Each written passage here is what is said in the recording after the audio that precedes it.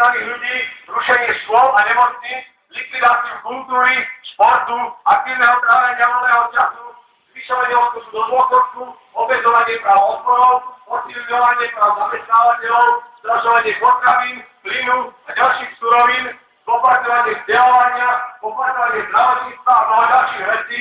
Pre tých, čo nevedia, tak toto všetko je nazývané racionalizáciou. Čo to znamená? Znamená to, že v tomto systéme je racionálne obrať ľudí úplne o všetko a využívať ich iba ako vlastnú pracovnú silu. Že pracujúci sú len ľudskými zdrojmi k dosiahnutiu ziskov. Človek posluhuje výrobe a nie výroba ľudskú. Mnoho rodín dnes pociťuje reálne zníženie životnej úrovne a mnohé skutočne len prežívajú. A ja vám garantujem, že v budúcnosti bude takých čoraz viac. V čase upadajúcej sociálnej situácie dokonca niektorí politici hovoria o tom, že citujem, si žijeme nad pomery. Ak dáme tento výrok do logiky so situáciou, vychádza z toho len jedno. Pomery, v akých by sme mali v úvodzovkách zodpovedne žiť, je bieda a živorenie. A to sa aj snažia docieliť. Len ak budeme žiť v biede, len vtedy budeme zodpovední a nebudú z nás ekonomickí hriešníci. A kto tieto veci hovorí? Hovoria to ľudia, ktorí sú vraj našimi zástupcami a ktorí nám vraj vládnu. Pravda je ale taká, že oni nevládnu, ale posluhujú.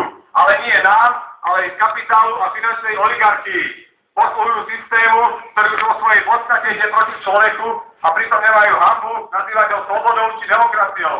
Bez sociálnej spravodlivosti nemôže existovať žiadna demokracia. Prežívať 300-400 eur mesačne nie je žiadna sloboda, ale maximálna stieskenosť. Parlament je len obyčajná kamufláž na zakrývanie skutočných hlasov. Ako chcú vládnuť, keď okrem pol ničím nedisponujú, a čo chcú rozhodovať, keď nič nemáme.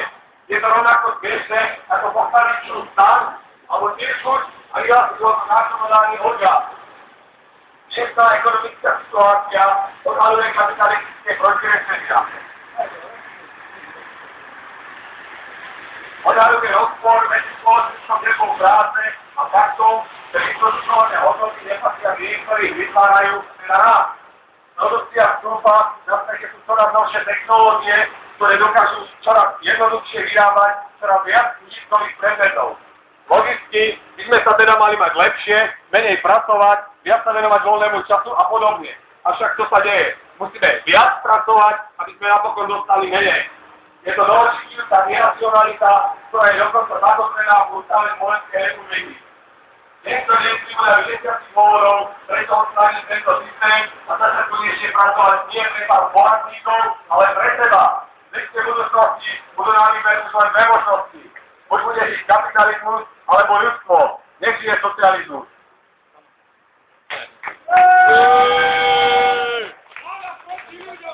Ľudia proti vláde!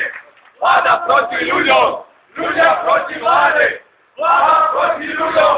Ľudia